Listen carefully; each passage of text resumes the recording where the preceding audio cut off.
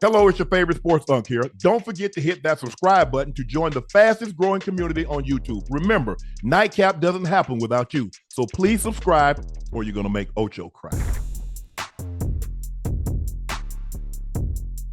Ocho, in a crazy turn of events, the Jacksonville Jaguars are finalizing a deal to hire Bucs offensive coordinator Liam Coen as their next head coach. The move comes after Coen agreed to an extension with the Buccaneers and removed himself from the consideration for the Jags job. Coen met with Jaguars on Thursday to discuss the vacancy despite the news of his return to Tampa, which would have made him the highest paid coordinator in NFL history. Jacksonville reportedly reached out to Coen after the team fired Trent Baalke to see if he would reconsider the offer, and after their talks, it appears Jacksonville has their guy. Oh, I like it. I like it. And the fact that he chose to leave, even though the Bucs were going to make him the highest paid offensive coordinator, They ain't gonna make it. They ain't gonna make more than we were gonna make at the Jags. How you figure? He gonna make at least $7 million with the Jags. The highest paid coordinator probably make $3 million.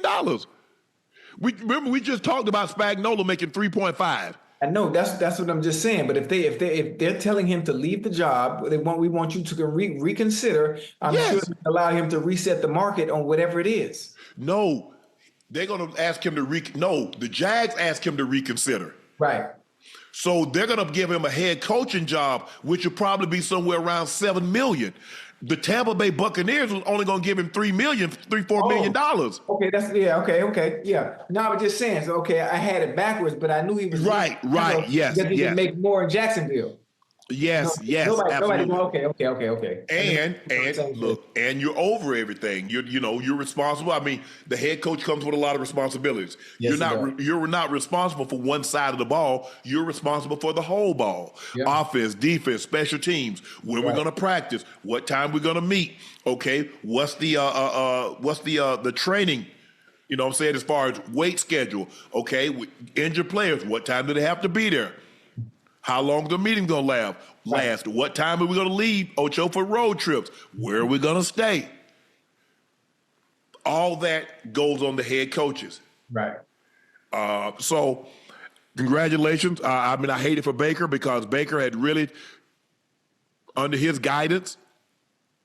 Yep. Baker had looked like the Baker that they took, that the reason why they took him with the number 1 overall pick, I think, in 2016, the last 2 years, he showed you why. And a lot of that had to do with Liam Coen. Not to say Baker doesn't have talent, because obviously you go first overall, you got talent. But I think he had found someone that believed in him, that had an offense that was really catered to what he does really well. He had nice quality receivers outside with Mike Evans, even though Chris Godwin got hurt this year. The young guys had come along. I love the running backs that they got, but I hate this. I hate this for Baker, but I'm excited for someone to get an opportunity to be a head coach because, hey, last 2 years he's done a great job as an OC for Tampa, and he's getting rewarded for his hard work. Right.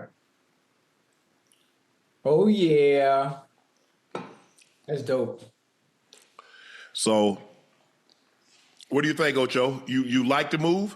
Oh, yeah, absolutely. Listen, if he can do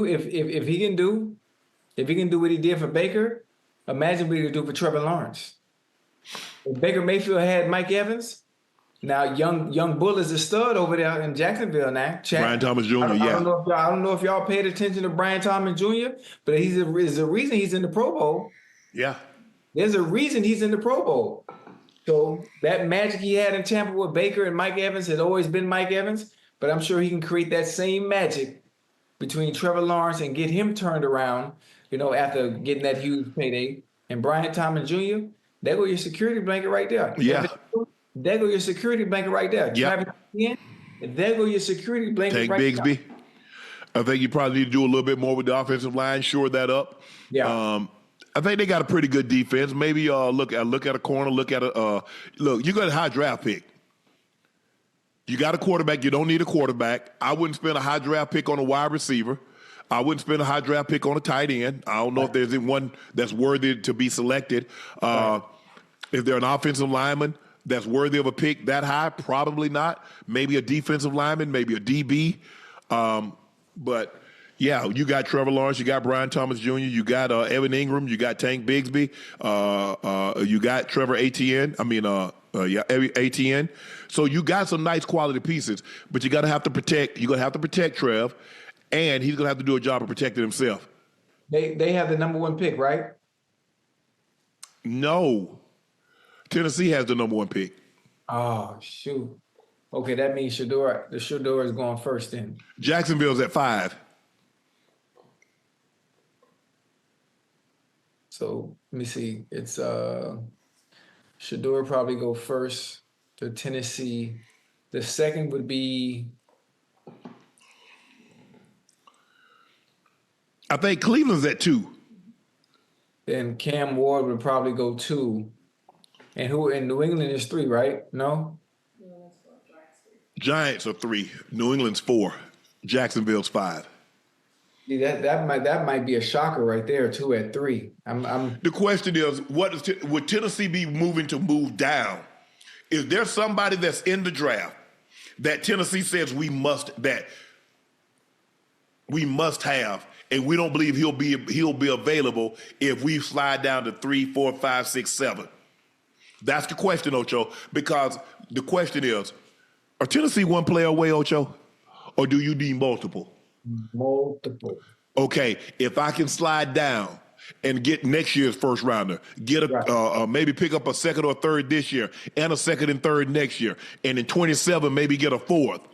I think that's the best option, because I don't think any of these teams are one player away. Now, obviously, everybody's not going to slide down, but if I can slide down, Ocho, and really build, I think I'd be willing to do that. I don't see anyone slide down, especially with the players that we have going that are slotted in the mock drafts to go top 5. I don't see any team coming out of those. No. Mock draft, Ocho. Shador Sanders, 1, Tennessee. Abdul Carter, the edge rusher out of Penn State, 2. Cam Ward, quarterback out of Miami, 3. Travis Hunter, the all-purpose, all-do-it-all wide receiver cornerback, New England. Mason Graham, D-line, Michigan. Will Johnson, cornerback, Michigan. Will Campbell, offensive lineman, OT, Jets. Now, this is just a mock. Obviously, clearly, Tennessee needs a quarter. Now, listening to them talk today, they're like, hey, we're willing to bring Will Levis back, but kind of informed him that there's going to be competition. Yeah, we know what that means, and maybe that would be a good thing for Will. Maybe that would be a good thing, having someone that can help to force you to compete at a high level. To force you to minimize your mistakes, because when you got somebody looking over your shoulder, it can do 2 things. It could either make you or it can break you. Yeah. That's a lot of pressure when you can't make no mistakes. When you're trying to play mistake-free football, then you start to press. Start pressing. I mean, listen, that ain't a good thing. It depends on how he's built mentally. I agree. I think the thing is, Ocho, is that AP did a disservice to the Raiders by winning that game, because they slid down from 1 all the way to 6. Yeah. So there's a possibility that you could lose out on Cam Ward and Shador. Mm-hmm. Well, listen. In the war room, you never know what's going to happen. You never know what goes on. They have those phones in there for a reason. So maybe something may happen, before the draft or during the draft, and maybe somebody comes up and snatches the player that they want on their board to make sure he doesn't get away. Well, they really don't have a whole lot of tradable pieces. The one piece they got is Crosby. Yeah. Max Crosby.